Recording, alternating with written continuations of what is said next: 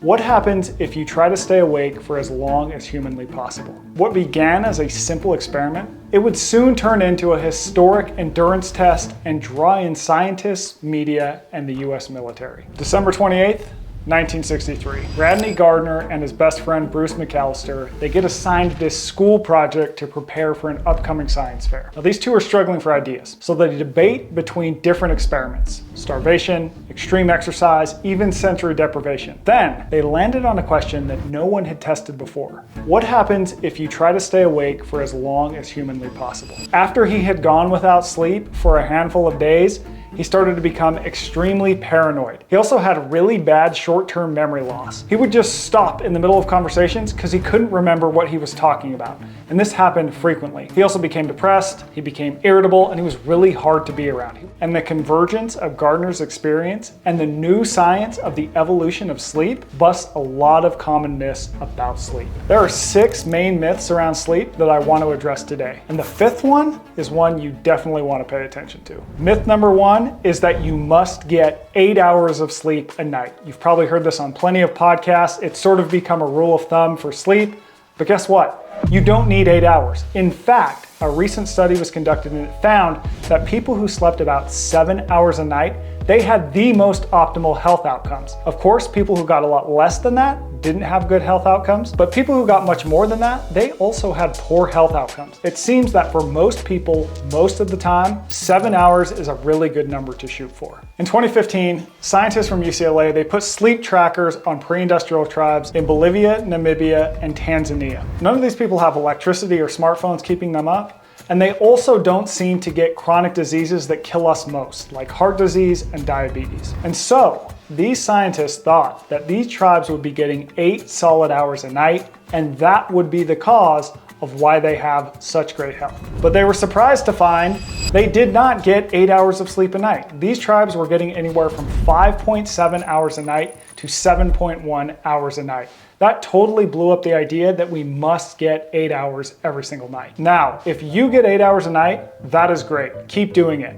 What I'm trying to say is that if you get only 7 hours, don't feel like you need to get 8 hours. Most people do fine on just 7 hours a night. Another group of anthropologists from Harvard who also studied sleep found the following, and I'm going to quote them here. Quote, "Westerners who sleep about 7 hours tend to live longer than those who sleep more or less. In no study is 8 hours optimal, and in most of the studies, people who got more than 7 hours had shorter lifespans than those who got less than 7 hours. Myth number 2, light and noise will ruin your sleep. We are told that we must sleep in blacked out rooms that are completely silent. But that is not true, nor does it align with how humans evolved to sleep. Humans evolved to sleep outdoors. There was often noise around them. For example, crying babies, people rustling at night, and they also slept around light. For example, sleeping next to a fire. The moon was often bright. And yet these people managed to sleep just fine. Now, if you prefer to sleep in a blacked out, totally silent room, great. But don't think you're doing anything wrong if you are the type of person who likes to fall asleep with the TV on, with a little bit of noise on, or with the sound machine. You're fine. What you need to do is just sleep in a way that works best for you. I'll give you an example of this. I once lived with a tribe called the Tsimane tribe deep in the Amazon. These people don't have access to electricity. And so I thought it would be completely dark in the jungle. I thought it would be completely silent, but it was the complete opposite. There were noises all night. I could also see light from the fire. I could see light from the moon. It was really bright and it was really loud, and yet everyone was sleeping just fine.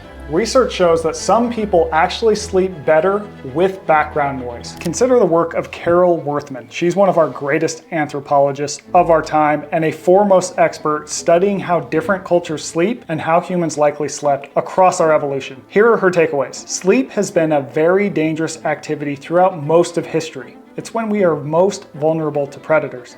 So to avoid danger, humans would sleep together around a fire.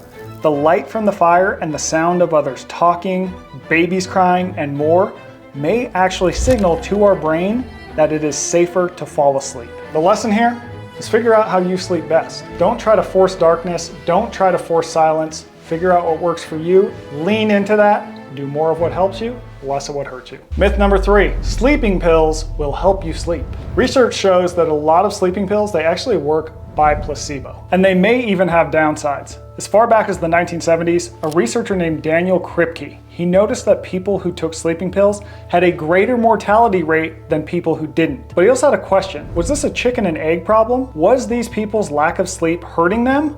Or was it the pills? So what this guy did is he started looking into prescription sleeping pill use ever since. And in a massive 2010 study, he found that taking sleeping pills, quote, was associated with greater than 3-fold increased hazards of death. In 2010, hypnotics or sleeping pills may have been associated with 320,000 to 507,000 excess deaths in the USA alone. Now, if you occasionally take a sleeping pill, that's probably fine. What we're really trying to avoid here is long-term use. Myth number 4, we sleep to rest our bodies. In fact, we sleep to rest our brains. Sleep actually restores your brain more than it does your body. And only some types of athletic performance are impacted by sleep. And they have to do with skills that take more of a mental effort than a physical effort. So here, let's return to Gardner, that teenager who stayed up for 11 days. He said this, quote, "Physically, I didn't have any problems.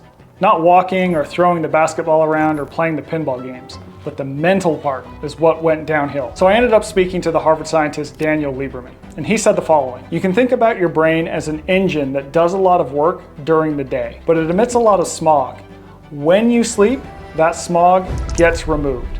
The brain smog, by the way, is called metabolites in the research community." Researchers at Harvard, they wrote the following, quote, "For every hour spent awake, storing memories and amassing waste, we need approximately 15 minutes of sleep to process those memories and clean up." Myth number 5, waking up in the middle of the night is bad for us. The reality here is that many of us seem sort of programmed to wake up in the middle of the night. And that is totally fine.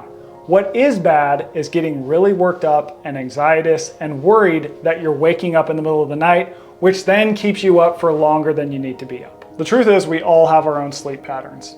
And research shows that there is a very good reason for this, and it helped our survival in the past. Let me explain. One of my friends and colleagues at the University of Nevada, Las Vegas, her name is Alyssa Crittenden, she tracked the sleeping habits of 33 Hadza hunter-gatherers for 20 days. And she found that there were only 18 minutes when all 33 people in the tribe were asleep simultaneously. By the way, that is not 18 minutes in one night. That is 18 minutes across 20 different nights. And the reason for this is simple. Humans sleep on the ground, but the ground is much more dangerous, especially when we're asleep.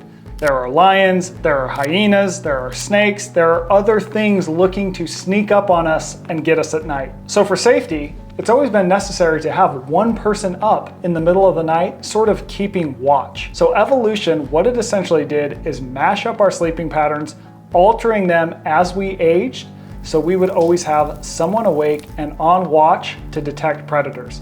Scientists call this the sentinel hypothesis. Myth number 6, more sleep always means better sleep. As I mentioned earlier, research shows that people who sleep 8 hours a night, they actually have higher death rates than people who sleep 7.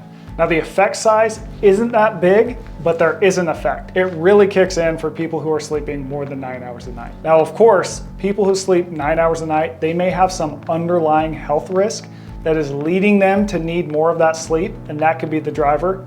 But the bigger point here is very simple, and that's that you do not need to obsess over getting 8 hours or getting 9 hours or getting more. More, when it comes to sleep, is not always more. You should be focusing on quality, waking up, feeling refreshed, like you're good to go. Who cares what the exact number of hours or minutes you slept is? So how do you actually get better sleep? My very first piece of advice is to not flip out if you aren't following some of the myths that we laid out before. Also experiment with what works best for your own sleep. For some people, that'll be in total darkness without sound, but for other people, you might sleep much better if you just have a TV on in the background with the volume a little bit low. That might help you sleep better. Light and noise is not necessarily the enemy. Do some experimentation, see what works best for you, and keep doing that thing that is benefiting you. If our ancestors could sleep with light and noise, so can you. Next is to avoid unnecessary sleep medications. There are a lot better ways that you can get better sleep. I've laid out some of them in the link below to my Substack. Check those out. They will help you. They'll be more effective for you and your health over the long run. The most important takeaway that I can give you about sleep is to let go of your sleep anxiety. That might actually be harming your sleep more than bad sleep itself. There's even a word for this. Researchers call it orthosomnia, and it is a term used to describe an unhealthy obsession with achieving perfect sleep. There is no thing. Perfect sleep is going to be different for every person. Not to mention, you will still function perfectly if you don't get a night that is optimal. Sleep is personal. There is no one size fits all. Try stuff, see what works for you, do more of what helps you, do less of what hurts you. Have fun, don't die. Check out my Substack at twopct.com for more insights on how you can use evolutionary wisdom and modern science to live better.